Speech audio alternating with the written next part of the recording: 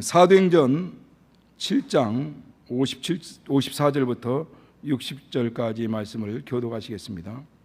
저희가 이 말을 듣고 마음에 찔려 저를 향하여 이를 갈거늘 스데반이 성령이 충만하여 하늘을 우러러 주목하여 하나님의 영광과 및 예수께서 하나님 우편에 서신 것을 보고 말하되 보라 하늘이 열리고 인자가 하나님 우편에 서신 것을 보노라 한데 저희가 큰 소리를 지르며 귀를 막고 일심으로 그에게 달려들어 성 밖에 내치고 돌로 칠세 증인들이 옷을 벗어 사울이라 하는 청년의 발 앞에 두니라.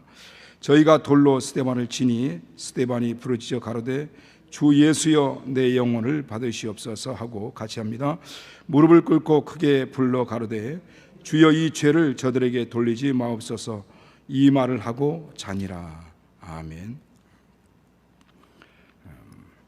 마지막이 아름다운 사람이라는 제목으로 피차 오늘 이 말씀을 통해서 은혜 받기 원합니다. 우리가 종말하게 되면은 여러 가지 의미를 말씀하고 있을 수 있습니다. 어떻게 보면 우주적인 종말이 있죠. 우주적인 종말은 예수 그리스도 이 땅에 강림하실 때 이루어지는 겁니다. 베드로전서 4장에도 보면은 만물의 마지막이 가까웠으니 그러므로 너희는 정신을 차리고 근신하여 기도하라라는 말씀이 있듯이 만물의 마지막, 그럼 예수 그리스도 이 땅에 강림하실 때 이 땅의 모든 우주적인 종말이 이루어지는 거죠. 모든 하나님의 역사가 이제 어떻게 보면 심판이 이루어지는 거죠. 그때 우리는 이제 믿는 자들은 부활이 있을 것입니다. 첫째 부활이 있을 것이고 또 그 첫째 부활에 참여하는 자들도 있을 것입니다. 우리가 개혁을 하고 난 다음에 목사님들이 우리 이제 지금 현재 개혁에 함께하고 있는 목사님들이 상당히 좀 당황스러운 일들이 이제 많이 벌어지게 되죠. 우리의 유치를 이제 찾는데도 상당히 많은 시간을 걸리기도 했고요. 또 우리 뭐 어떤 사역적인 부분에서 유치를 찾는 것도 많이 힘들고 어려웠었겠도 하지만은 지금까지 배워왔던 어떤 신학적인, 물론 이제 큰 신학을 우리가 뭐 신학교에서도 배웠기도 하지만은 뭐 구체적으로 아주 정확한 신학을 많이 배우지를 못했습니다. 우리가 배운 것들이 이제 뭐시기만 많이 배웠죠. 그런데 그렇게 이제 개혁을 하고 난 다음에 이제 상당히 당황스러운 것이 뭐냐면 이 종말론적인 부분들, 지금까지 우리가 알고 있었던 이런 종말론이 세대주의적 종말론이라 해가지고 기존에 있는 많은 교단들, 많은 교회들, 많은 목사님들이 따르질 않고 있는 거예요. 그걸 정상적인, 어떻게 보면 물론 이단 아니지만은 정상적인 많은 대다수의 목사님들이나 신학자들이 그것이 아니고 일반 신학이 아니라는 거죠. 그러니까 거기서 오는 이제 당황감이 있습니다. 아직까지도 그것을 지금 정리를 하고 있는 과정이기도 하지만은 여러 가지 많은 갈등이 있습니다. 좀 혼란스러운 부분이 있죠. 또 어떤 분들이 외부에서 이제 강사들이 와서 말씀을 전하다 보면은 기존 우리가 들었던 말씀이 아닌 다른 또 신학을 얘기하다 보면은 막 혼란이 오는 거죠. 침례교 안에서도 일반 직임례교가 있는가 하면 특수 침례교가 있다고 하잖아요. 그래서 우리 알메니주의라고 하는 그 침례교가 우리 신학을 지금까지 생각하고 있는데 예정론을 주장하는 칼빈주의 침례교가 있다라고 하는 것들 여러분 들었잖아요.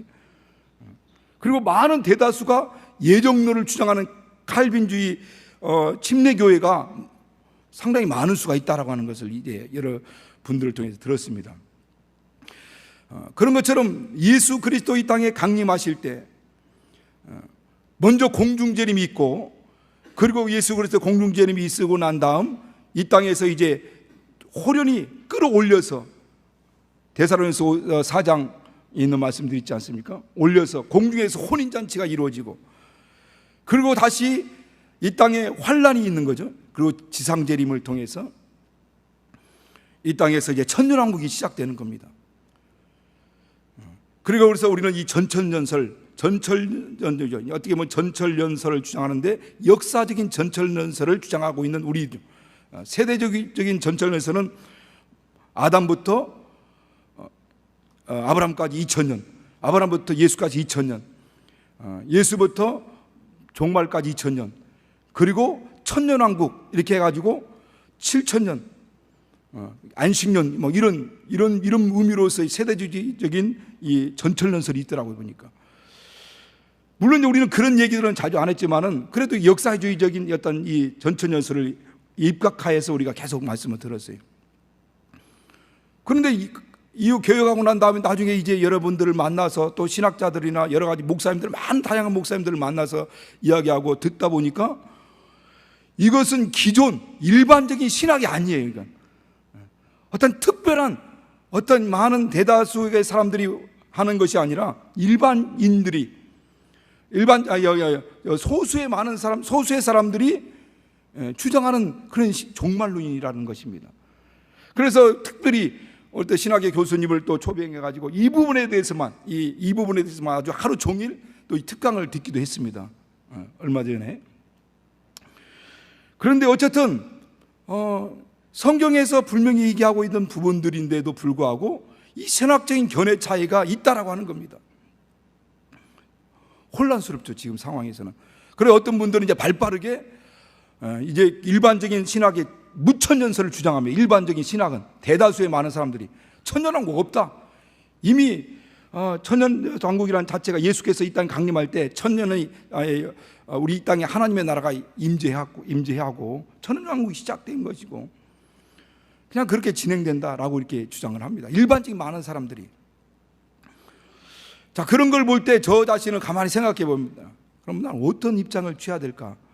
물론 확실히 딱 이걸 이렇게 결단을 내는 부분은 아니지만 차라리 제 입장에서는 지금까지 해왔던 대로 성경에도 예수 그리스도의 강림하실 때 교회는 그리스도의 신부로서 정말 정결한 신부로 예비되었다가 들림받아가지고 공중에서 혼인잔치가 이루어지고 다시 이 땅에 재림하는 기존에 있었던 이 역사적인 전철연설, 저는 이것이 비록 이것이 입장에 지금까지는 서고 있는 거죠. 지금.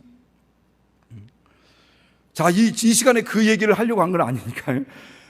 그런데 어쨌든 예수님이 재림하시는 날 이 땅에 역사적인 모든 우주적인 종말이 임하는 겁니다. 모든 성경의 초점은 여기에 맞춰져 있어요. 종말이라고 할 때.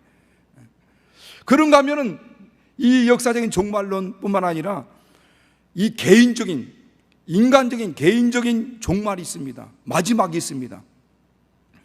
이 세대적인 역사적인 마지막도 있거니와 이 개인적인, 인간적인 이 인생의 마지막이 옵니다. 그건 누구나가 다 오게 돼 있어요.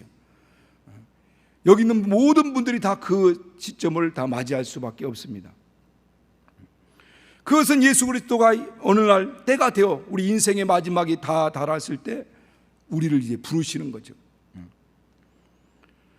그런가 하면 우리가 이 땅에 살아가고 있는 동안 우리의 삶 가운데 하나님이 주어지는 이 사역이 있거든요. 사역이. 이 사역들을 어떻게 우리가 아름답게 마감하느냐에 따라서 그 사람, 믿음의 사람으로서 정말 아름다운 모습을 보게 되는 거죠. 또 우리가 이 땅의 마지막, 인생의 마지막이 왔을 때 그 마지막을 어떻게 마감하냐에 따라서 아름다운 이 마지막을 이제 마감하게 되는 거죠. 예수 그리스도의 생애를 보면 예수님이 그 출생부터 마지막 그 죽음의 순간, 예수님이 죽어가는 그 죽음의 순간을 아주 적나라하게, 아주 소상하게, 상세하게 기록하고 있습니다. 우리 어떤 개인의 어떤 인생도 그렇게 적나라하게, 소상하게 기록하기 수 없을 정도로 예수님의 마지막은 그분이 십자가에 못 박히는 순간, 그리고 거기서 죽어가는 모습들, 그 죽음의 순간, 마지막 운명하는 순간에 갑자기 막 무덤문이 열리면서 무덤에 죽었던 자들이 막 살아나는 일들이 막 일어나고, 또 병든 자들이 치료되는 막 역사들이 나타나게 되고, 어둠이 임하게 되고, 그리고 예수 그리스도 죽으시고 나서 운명하시는 순간, 마지막 그 십자가상에서 십자가상의 칠언이라고 하지 않습니까? 그 십자가에서 하시는 그 한마디 한마디, 내가 목마르다 하시고 다 이뤘다 하시고 운명하시다라고 하시고, 그리고 그가 죽은 자 가운데 3일 만에 부활하시고, 그를 찾는 자들에게 왜 산자를 죽은 자 가운데 찾느냐라고 말씀하시는 만큼 그 천사들이 나타나고, 그리고 40일 동안 이 땅에서 부활한 몸으로 이 땅에 보이시면서 육체를 가진 자들, 흙으로 된 몸을 가진 자들과 부활한 몸이신 예수님이 직접 그렇게 같이 만나서 대화하고 먹고 같이 이렇게 모임을 갖는 이런 장면들이 나오고, 그리고 40일째 되는 날 승천하시는 모습, 그런 모습들이 아주 적나라하게 다 기록되어 있어요. 예수 그리스도의 마지막 그의 죽음, 부활, 이 모든 것들이 소상하게 상세하게 말씀하고 있죠. 그런데 그런 예수의 모습뿐만 아니라 이 성경 보면 믿음의 사람들의 마지막 모습도요, 아주 적나라하게 소상하게 기록한 글들이 상당히 있습니다. 그 가운데서 여러분 아마 성경을 보면서 그런 모습들을 많이 목격을 할 때도 있을 텐데, 이게 성경을 보면서 특별히 이제 감동되는 분들이 있을 겁니다. 여러분 누가 생각납니까? 아름다운, 마지막이 아름다운 사람들, 마지막 그 죽음이 아름다운 사람들. 어떻게 죽음이 아름다울 수 있을까? 세상적인 안목으로 보면은 죽음이라는 것이 아름다울 수가 없어요. 어떻게 보면 비참하다고 생각하죠. 그런데 오늘 신앙적인 눈으로 바라보면 이 죽음 후에 부활이 있거든요.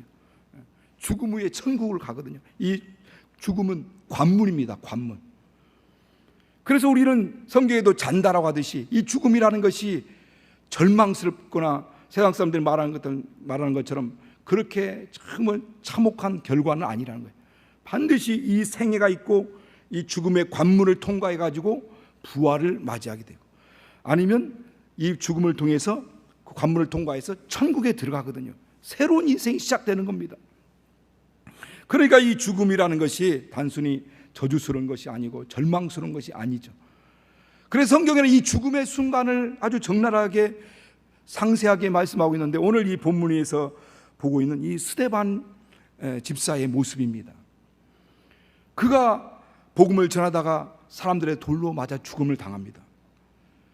아까 이 사람의 눈, 세상적인 눈으로 보면은 아주 이건 저주스러운 죽음이죠. 돌에 맞아 죽어가는, 아니 이것보다 더 비참한 죽음이 어디가 있겠습니까? 그러나 이 세상적인 눈으로 볼 때는 비참한 죽음이고 절망스러운 죽음이지만은, 그러나 신앙적인 눈으로 보실 때는 바로 우편에 계셨던 주님이, 저 하늘에 계셨던 주님이 우편에서 벌쩍 일어나면서, 물론 손을 내밀었다라고 하지만 그 벌쩍 일어나는 모습을 보면서, 그 영광으로 충만한 모습을 보면서 스데반이 그 감동을 하고 그가 고백하는 말이 뭐냐면, 주여 내 영혼을 받으시옵소서. 내 영혼을 주님께 맡깁니다. 그러면서 그 죽어가죠. 돌에 맞아 죽어. 그 돌에 맞아 고통스럽게 죽어가는 그 순간, 얼마나 고통스럽겠습니까? 정신이 아찔하겠죠. 저는 어느 날 유튜브를 이제 이렇게 검색하다 보니까 어느 장면이 딱 나오는데, 그 어떤 장면이냐면 예수 믿는 사람을 잡아다가 이슬람 교도들이 직접 현재 일어났던 일입니다. 저 아프리카에서 잡아다가 돌로 치는 거예요. 돌로 막 탁 때리는, 막 돌로 때리는, 그걸 누가 촬영을 했어요. 그런데 그 돌로 막 때리는데 이 사람이 정신이 혼몽하니까 넘어지니까 덤불이죠. 덤불 같은 거, 사막에서나 이런 그 덤불, 아프리카의 덤불 같은 거 갖다가 그걸 막 이렇게 쓰러져 있으니까 막 거기다가 막 갖다 놓더니 사람이 올라가 가지고 막 밟습니다. 그러니까 아마 어디든 부러지고 완전히 깨지고 했겠죠. 그러고 나서 거기다 불을 질러버리는 거예요. 저는 그까지는 보지 못했어요. 차마 그 모습을 끝까지는 보지 못했어요. 그러니까 실제적으로 그와 같은 일들이 지금도 벌어지고 있거든요. 내가 또 어떤 때 보니까 이 북한에서 예수 믿는 사람 잡아다가 공기처형을 시키더라고요. 그래 누가 또 그걸 촬영을 했어요. 아마 가방 속에 놓고 촬영한 것 같아요. 모습이 막 하는데 저기에서는 이제 눈을 가려오고, 거기 아주 진짜 북한은 아주 지금도 그런 게 일어나고, 이렇게 사람을 묶어놓고, 그리고 막 뭐라고 막 확성기에다가 그 사람이 제목을 막 얘기를 합니다. 막 울리기 때문에 잘 들리잖아요. 그러나 뭐 예수 이 체제를 전복시키려고 하는 뭐 이런 얘기들이 막 들어오면서 발사하니까 죽는데 거기 또 어떤 소리가 들리냐면 주여 하면서 죽어가더라고요. 지난번에 잠깐 말씀드린 적 있는데 어떻게 보면 지난번 말씀드린 그것과 뭐 오래전인데 그 연이어서 좀 전한다라고 좀 이해하시기 바랍니다. 또 똑같은 말씀이 나오면 복습한다 생각하고, 그런데 그 모습을 보면서 차마 그것까지 다 볼 수가 없더라고요. 내 마음이 그걸 받아들일 수가 없어요. 그런데 오늘 이 성경에 기록하니까 이걸 뭐 수도 없이 수십 번 막 뭐 보이죠. 그 모습 맞아서 이제 막 그렇게 내용을 주님 받으시옵소서 라기까지는 이해할 수 있어요. 그런데 그 맞아 죽어가면서 정신이 혼몽해질 텐데, 그러면서 그가 무릎을 꿇고 있는 힘을 다하여서 오늘 여기 부르짖었다라고 하잖아요. 소리를 지르며, 저희 여기서 보면은 무릎을 꿇고 크게 불러 가로되, 돌을 맞아서 이제 정신이 혼몽해지면서 막 쓰러질 그 찰나에 무릎을 꿇고 정신을 가다듬고 그가 마지막으로 외친 말이 뭐냐면 뭐라고 말씀하고 있어요? 주여, 주 예수여, 이 죄를 저들에게 돌리지 마옵소서. 그리고 이 말하고 자니라, 바로 쓰러져 죽은 거죠. 그러니까 그 모습을 보면서, 그러니까 어떻게 보면은 내용을 받으시옵소서라고까지는 할 수 있죠, 마지막. 그러나 저들의 죄를 저들에게 돌리지 마옵소서. 우리는 우리에게 조금만 상처만 주고 우리에게 조금 어떤 손해를 입히면은 그 손해 입힌 사람들, 상처 준 사람들을 이 세상은 절대 용서를 못하죠. 또 많은 사람들은 절대 용서가 안 되죠. 그런데 과연 이 순간에 자기를 죽이는 원수 같은 사람을 용서해달라고 그 마지막 죽어가는 그 순간, 그 순간에 이와 같이 고백할 수 있다는 것은 정말 하나님의 마음, 주님의 마음이 아니면 할 수가 없는 거죠. 오늘 이와 같이 이 죽음의 순간, 마지막에 이 순간에 그렇게 할 수 있다는 것, 그건 쉬운 게 아닙니다.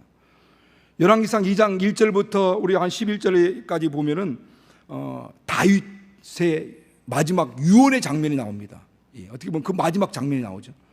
그가 오랜 세월 동안 성왕으로서, 이스라엘의 성왕으로서 정말 하나님 뜨겁게 사랑했던 사람으로서 마지막 죽음에 직면했을 때 솔로몬 왕, 아들 솔로몬 왕을 불러가지고 마지막 유언을 합니다. 그럼 뭐라고 유언하면, 내가 이제 세상 모든 사람이 가는 길로 가게 되었으니 너는 힘써 대장부가 되라, 이렇게 아주 크게 외쳐. 너는 힘써 대장부가 되라. 그리고 하나님의 명령을 지키라. 그러면서 또 뭐라고 말씀하냐면, 모세 율법을 너희가 지켜 행하되 너와 내 자손들이 하나님을 뜨겁게 사랑하고 성품을 다해서 마음을 다해서 그를 사랑하고 그 길을 행하면 너와 내 자손들이 왕의 반열에서 결코 떨어져 나가지 아니하고 계속 너와 내 자손들에게서 왕들이 계속 나올 것이다 라고 이렇게 말씀을 하죠. 그러니까 철저히 지키라. 명령을 지키고 또 모세 율법을 지키면서 마음을 다하고 성품을 다해서 하나님의 뜻을 행하며 그 뜻대로 행하라 라고 다 합니다. 그런데 여기서 딱 마무리가 된다면 진짜 마지막에 아름다운 사람으로 끝날 수 있는데, 거기 5절부터 뭐라고 말씀하냐면, 그런데 요압이 있지 않느냐. 그 요압이 있는데 그 요압은 절대로 백발로 그 마지막 죽음을 당하지 못하도록, 평안히 죽지 못하도록, 너 지혜로운 사람이니까 지혜롭게 뭔가 문제 생기지 않도록 깔끔하게 처리하라고 이렇게 얘기해. 물론 깔끔하게 처리하기 그 얘기는 안 나오는데, 지혜롭게, 너는 지혜로운 자이니까 이렇게 잘하. 그러면서 시므이 있지 않느냐. 내가 압살롬에 의해서 이렇게 쫓겨가지고 도망갈 때 나를 막 돌을 던지면서 필요한 자 하면서 날 욕한 그 시므이 있지 않느냐. 그 절대로 백발로 그냥 평안히 죽지 못하도록 똑같이 너는 지혜로운 사람이니까 지혜롭게 잘하라. 그러니까 자기에게 맺힌 게 있는 거예요. 맺힌 거예요. 어떤 경우든 어쨌든 자기가 맺힌 게 있는 거예요. 그러니까 거기에서 내가 이 사람 있지 않느냐, 그건 티나지 않게 지혜롭게 잘 처리하라. 그러나 평안히 죽지를 못하게 하라고 이렇게 하죠. 결국 그들은 둘은 이제 칼날로 죽임을 당하죠. 그 솔로몬이 이렇게 쳐놓은 덫에 걸리죠. 지혜롭게 잘 덫을 놓아가지고 어쨌든 이런 사람이 이러죠. 우리가 성왕이라고 하는 다윗조차도 마지막에 이런 모습으로 갈 수가 있거든요. 그런데 이 솔로몬은 스데반은 그 마지막이 이렇게 아름답게 이 모습을 이제 가는 모습도 이렇게 보게 되는 거죠. 과연 이런 사람들, 그러니까 이 스데반처럼 정말 마지막이 아름다운 사람은 어떤 사람들이냐면, 가만히 성경도 보면 이 천국이 그 마음의 실제가 된 사람들입니다. 천국이 그 마음에 완전히 이루어진 사람들이죠. 이 천국이 그 마음에 이루어지지 아니하면 절대 이건 뭔가 꾸며가지고 이렇게 할 수가 있는 게 아니죠. 하나님의 나라가 그에게 온전히 임한 사람들, 천국이 그에게 실제가 된 사람들, 온전히 그 안에서 이루어진 사람들, 그 영광이 큰 것을 본 사람들, 그런 사람들만이 할 수 있는 고백이라는 거예요. 자기가 완전히 죽어지고 자기가 완전히 비워진 사람들, 그러니까 욕심이 있고 자기 정욕이 살아있으면 이렇게 할 수 없는 거거든요. 이런 모습으로 갈 수가 없어요. 그러니까 자기를 비우고 완전히 내려놓은 사람들, 그런 사람들만이 할 수 있는 것이라는 거죠. 오늘 우리는 지금 이 개혁의 여정 가운데서 정말 우리는 노욕이라고 했잖아요. 나이가 많아서도 그 욕심을 내려놓지 못하고, 나이가 먹어서도 또 그 어떤 이 육신의 정욕을 내려놓지 못하고, 그거 붙들고 있는 그것 때문에 우리 교회가 어려움을 당하는 거 있지 않습니까? 많은 교회들이 그런 문제 때문에 힘들어하고 있어요. 정말 그 아름다운 모습으로 모든 것을 자기를 비우고 내려놓을 수 있는 그런 모습이 되지 못한 거예요. 어떤 분 얘기를 들어보니까 여러분도 들으신 분 계실지 모르겠지만은 그 아는 분이 죽음에 이제 죽게 되어서 병 들어가지고 이제 죽게 되는데, 돌아가셔가지고 그 병중에 누워있던 이부자리들 뒷자리를 이렇게 막 이제 정리하다 보니까 그 밑에 이불 밑에 돈이 현금이 쫙 깔려 있다고 하지 않습니까? 어떻게 그것 놓고 어떻게 돌아가셨는지 모르겠어요. 그러니까 어쨌든 그 마음 가운데 이런 마음이 있으면 절대 이런 모습을 보일 수가 없는 거죠. 마지막 때. 저는 솔로몬 같은 잠깐만 솔로몬이 나오는데 이 스데반 같은 모습은 아닐지라도, 제가 이제 전에 담당하고 있던 예배당에서 남자 선교목사님인데, 그분이 선교목사 직분을 감당하다가 좀 연세가 드신 분이기도 하지만은 정말 병이 들어가지고 이렇게 주님의 이제 부르심을 받게 됐어요.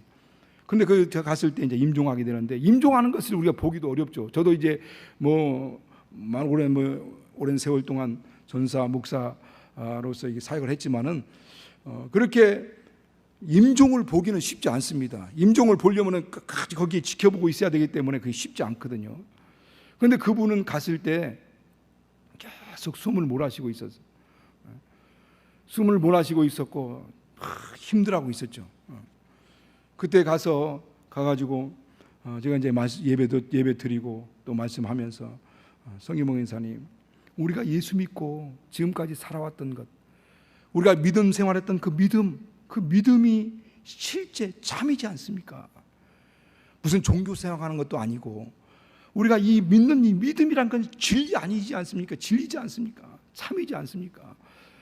성기몽 인사님께서 여기까지 힘써 헌신해오고 봉사해오고 열심히 노력하고 주의 일 사역을 감당해 왔던 것, 이 모든 것들이 헛되지 않고 마지막 주님이 반드시 그 모든 것들을 보상해 주실 것입니다 라고 하는 말씀을 드렸어요. 그런 순간 이렇게 말씀을 드리고 나는데 갑자기 편안하면서, 이 숨소리가, 거친 숨소리가 평안해지면서 삐 하면서 이렇게 가셨어요. 그러니까 그 모습이 비록 뭔가 대단한 것은 아니지만은, 대단한 모습은 아니지만은 그 모습이 오늘날 정말 그 아름다운 모습으로 마지막을 마무리하는 것들을 보게 되는 겁니다. 저는 이제 마지막을 노년을 위해서 기도합니다. 지금도 언제부턴가 기도하기 시작했어요. 뭐 아주 반절은 더 살아요. 반전밖에 안 산 사람인데 지금 100세 시대, 120세 시대니까 저는 이제 반절밖에 안 살았어요. 어쨌든 그래도 지금부터 기도를 합니다. 하나님, 내 노년이 진짜 행복할 수 있도록, 노년이 아름다울 수 있도록, 내 노년이 의미 있는 삶이 될 수 있도록 계속 기도합니다. 내와 내 아들, 자녀를, 내 아내를 위해서도 기도하고. 그런데 때로는 그렇게 이런 스데반 모습처럼 비록 그런 뭔가 정말 순교하는 모습이 아닐지라도 그런 모습이 되기를 원해요. 그런 아름다운 모습이 되기를 원합니다. 저는 때로는 한번 내 이름이 마음에 들지 않기 때문에 이름을 바꿀 생각도 해봤어요. 내 이름 바꾸면 뭐라고 이름 바꿀까 했는데 하면 내 이름 바꾸면 스데반이라고 하자. 스데반. 그래서 한번 이름을 찾아봤어요. 황스데반 하니까 많은 사람들이 있더라고요. 보니까 저보다 앞선 사람이 많아요. 황스데반이라는 이름으로 사역하는 사람들이 많더라고요. 보니까. 그래서 그냥 내 이름으로 그냥 쓰자, 그냥 지내가자 하고 생각하고 지금도 살았는데, 어쨌든 우리의 모습, 마지막 모습들이 정말 어떤 모습으로 가야 될 것인가에 대해서 중요합니다. 그래서 가끔 제가 찬양하죠. 지난번에도 찬양했는데 그 찬양 가운데 내 인생 여정 끝내요 강 건너 언덕 이를 때 하늘을 향하여 말하리 예수 인도하셨네. 그래서 마지막 하나님, 내 마지막의 순간에는 정말 내 인생 여정 끝내요 저 강 건너 이 요단강, 죽음의 강을 넘어서 전에 하나님 앞에 고백할 때, 하나님, 여기까지 주님 인도하심을 감사합니다. 여기까지 하나님 인도하셨습니다. 여기까지 에베네스를 하신 하나님, 이후로도 내 영혼을 주님께 부탁합니다. 여호와 이레, 내 영혼을 주님께 맡깁니다. 그렇게 기도하기를 원합니다. 그렇게 사모하고 있어요. 지금도 계속.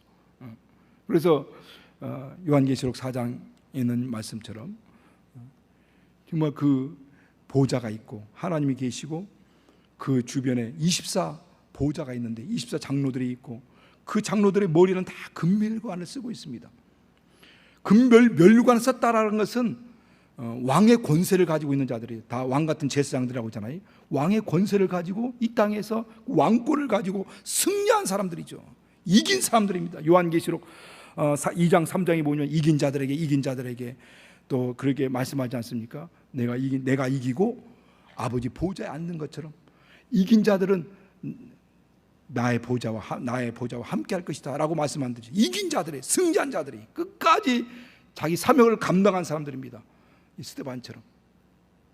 그런 사람들이 다 좌우 보좌에 앉아서 그 24 장로가 누군지 여러 가지 많은 학설이 있더라고요. 제가 찾아보니까 뭐 교회라고 하기도 하고 12지파, 12제자 막 여러 가지 많은 분별합니다. 그런데 뭐 지금 24 장로가 중요한 것이 아니고 어쨌든 그 장로들이, 그 승리한 이긴 사람들이 그들이 멸관을 벗어가지고 그 보좌 앞에 던지면서 영광과 존귀와 능력이 세세토록 하나님께 있기를 원합니다라고 막 영광 돌리는 모습을 봐요. 저는 이 말씀을 몇 번 들었어요. 그만큼 마지막 저의 소원이기도 하기 때문입니다. 그런 모습들이 나의 모습이 되기 원합니다. 그렇게 하나님만이 여기까지 하나님이 도와주셨습니다. 하나님이 함께 하셨습니다. 하나님께서 나를 도와주셨습니다. 그렇게 고백하고 이 모든 영광 내게 죽도록 충성하라. 그러면 내가 생명의 멸관을 내게 줄 것이다. 영광의 멸관을 줄 것이다. 의의 멸관을 내게 줄 것이다. 내게 의의 멸관이 씌워지든 영광의 멸관이 씌워지든 아니면 금멸관이 씌워지든 시들지 않는 멸관이 씌워지든 어쨌든 주님 일에 충성한 자에게 씌워지는 그 멸관이 있다고 한다면 이 멸관은 주님의 은혜라는 거죠. 왜 그 사역 감당할 수 있는 것도 주님의 은혜이기 때문에 있습니다. 그 일을 감당한 것도 주님의 능력이 아니면 감당할 수 없기 때문이죠. 주님의 은혜가 아니면 그 모든 것을 할 수 없기 때문인 겁니다. 저는 성품이 내성적이고 어떻게 보면 기도하지 않으면 저는 항상 깔아져 있는 상태로 있어요. 기도하지 않으면 이렇게 서서 이야기할 수가 없어요. 이 나의 본성과 기도하고 하나님 주시는 힘이 확연하게 날 구분이 됩니다. 저는 그렇기 때문에 매일 기도의 삶이 계속 유지되고 있어요. 매일 성경 보호할 말씀이 내게 힘이 됩니다. 말씀이 내게 생명이 됩니다. 이제 어떤 사람들은 막 성품이 적극적이고 또 막 그렇게 긍정적이고 또 어떤 막 아주 뭐 활달해가지고 저분이 성령으로 하는 분인지 아니면 자기 원래 성격으로 하는 건지 이제 분별이 안 되는 분들이 있어요. 물론 이제 다 기도하기 때문에 기도의 능력으로 일하긴 하시지만은, 근데 저는 너무나 확연하게 차이가 있기 때문에 기도하지 않으면 완전히 딱 갈아져요. 말씀 보지 않으면 이렇게 하기가 어렵습니다. 그러니까 이렇게 선다는 자체도 여러분 보시기에는 왜 설교를 저렇게 하냐, 저거 정도밖에 못하는가라고 할 수도 있겠지만은 저는 이 자리에 서서 이렇게 할 수 있는 것 자체가 은혜입니다. 은혜, 하나님의 은혜예요. 그러니까 확실히, 그러니까 더더욱 하나님 앞에 섰을 때는 주님 은혜입니다, 주님의 도우심입니다, 성령의 역사하심입니다 라고 고백하지 않을 수가 없어요. 그렇게 되기를 원합니다. 혹여 내가 잘못해가지고 그 마음이 무뎌지고, 오늘 찬양할 때는 마음이 무뎌지고, 이 세상 사람 그 마음이 무뎌져서 마음에 욕심이 들어오고, 그러다 보면 노욕이 생기거든요. 욕심이 생깁니다. 그러다 보면 그 마지막이 부끄럽기도 하고 추하게 될 수 있어요. 성경에 또 그런 인물들이 많이 나와요. 아담부터 시작해가지고 가인부터 시작해서 또 우리 아간 같은 사람, 그 사람들이 처음부터 그러지 않았잖아요. 주님과 함께 동행했지만은 먼저 복이 되니까, 보는 걸로만 끝났으면 좋겠는데 보게 되니까 욕심이 안에 들어와요. 욕심이 안에 들어왔는데 그것을 계속 묵상하다 보니까 계속 에너지가 됩니다. 힘이 돼요. 그러니까 온몸의 에너지가 저거 반드시 따먹고 말리라 라고 하는 그 욕심이 마음에 가득 차니까 힘이 생겨요. 그래서 담대하게 선악과를 따먹을 수 있는, 담대하게 하나님께서는 그 모든 것을 취하지 말라고 했는데 아간은 그걸 욕심을 불러서 취하게 되는 거죠. 처음에야 그냥 보고 끝냈으면 모르지만 보고 마음에 욕심이 들어오니까 그 욕심이 교만이 되는 것이고, 그 교만이 결국 패악한 길을 선택하게 되는 겁니다. 우리 가룟 유다에 대해서도 얘기 나오지 않습니까? 가룟 유다의 마지막을 우리 성경은 적나라하게 또 나오고 있어요. 그가 욕심이 생겨서 예수님을 은 30냥에 팔아 넘깁니다. 그리고 나서 양심의 가책에 들어가지고 이게 제사장들 앞에 던지면서 내가 무지한 죄를 피를 팔렸도다 하면서 이제 가가지고 이제 목매달았다라고 나오지 않습니까? 목매달았는데 떨어져 곤두박질하 있어. 사도행전 1장에 보면 곤두박질 해가지고 창자가 터져 죽었다 이렇게 나옵니다. 그런데 그 예루살렘 성 남쪽에 가면 남쪽 문을 통해서 나가면 거기 아겔다마라고 있죠. 피밭이라는 데 아겔다마 밭이 있습니다. 이전에 얘기합니다. 그 아겔다마 그 피밭이라고 하는, 성경에는 피밭이라고 하는데 거기 있는데 그쪽에 기드론 계곡이 있습니다. 기드론 계곡. 근데 기드론 계곡에 그쪽 나가가지고 거기에서 나무가 있는데 거기 나무에서 달아가지고 목매달려고 이제 줄을 쭉 내려가지고 목을 맸는데 얼마나 많이 먹었는지, 어떻든 줄이 힘이 없었는지 모르지만 얼마나 몸무게가 혼자 연복계 돈을 도적질에 가가지고 혼자만 많이 먹었는지 어쨌든 그 줄이 툭 떨어진 거죠. 줄이 뚝 떨어져가지고 곤두박질한 거예요. 밑으로 기드론 계곡으로 막 곤두박질 너무 둥글을 가다가 그 어떤 나무 뿌리나 나무 가지나 막 나무가 비어 있는 부분들이 있겠죠. 거기에 배가 찔려가지고 창자가 터져 나왔다 이렇게 얘기합니다. 거기 죽은 그 장소가 아게달마 그 장소니까. 그러나 성경은 아주 상세하게 얘기하고 있죠. 곤두박질하였다는 것과 거기 창자가 터져 죽었다는 것과 목매달았다는 것과. 그러니까 그것이 처음부터가 아니라 그 욕심이 들어오는 거죠. 그런 마음이 교만이 생기는 겁니다. 그 교만으로 인하여서 그 자신이 하나님의 말씀을 거부할 수 있는 담대함이 생기는 거죠. 아까 솔로몬 얘기가 계속 나왔는데 여러분 솔로몬은 얼마나 우리가 부러워하는 사람입니까? 성경에도 창세 이후로 이와 같이 지혜로운 사람이 없었고 이 솔로몬처럼 부귀영화를 누린 사람이 없다라고 말씀하고 있어요. 그건 동에서 자윗이 하나님 뜻대로 살고 그 축복, 다윗에 향한 축복이 솔로몬에도 향하고 솔로몬이 일천 번제를 드림으로 하나님이 그 지혜와 부귀영화까지 다 허락하여 주셨습니다. 그런데 그가 전도서를 쓰고 그러면서 헛되고 모든 부귀영화를 누려왔지만 이 모든 것이 다 헛되다라고 고백을 하죠. 그러면서 잠언서를 쓰기도 하고 3천의 잠언을 썼다라고 성경도 말씀하고 있는데 그 지혜로 누구도 따라갈 수 없고 그 부귀영화를 따라갈 수 없어요.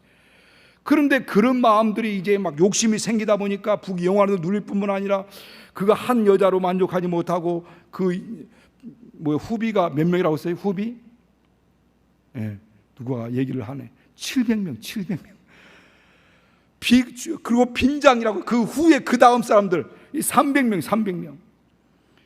그러니까 그 사람들 어떤 사람들이냐면 이게 이스라엘 안에 있는 사람도 있겠죠. 그런데 그 첫 번째로 나오는 얘기가 뭐냐면 열왕기상 11장에도 나온 거 보면은 그 사람들 어떤 사람은 첫 번째 애굽 여인을 취했지 않습니까? 그 다음에 모압, 암몬, 에돔 그런 이방 사람들이 여인을 취한다는 거예요.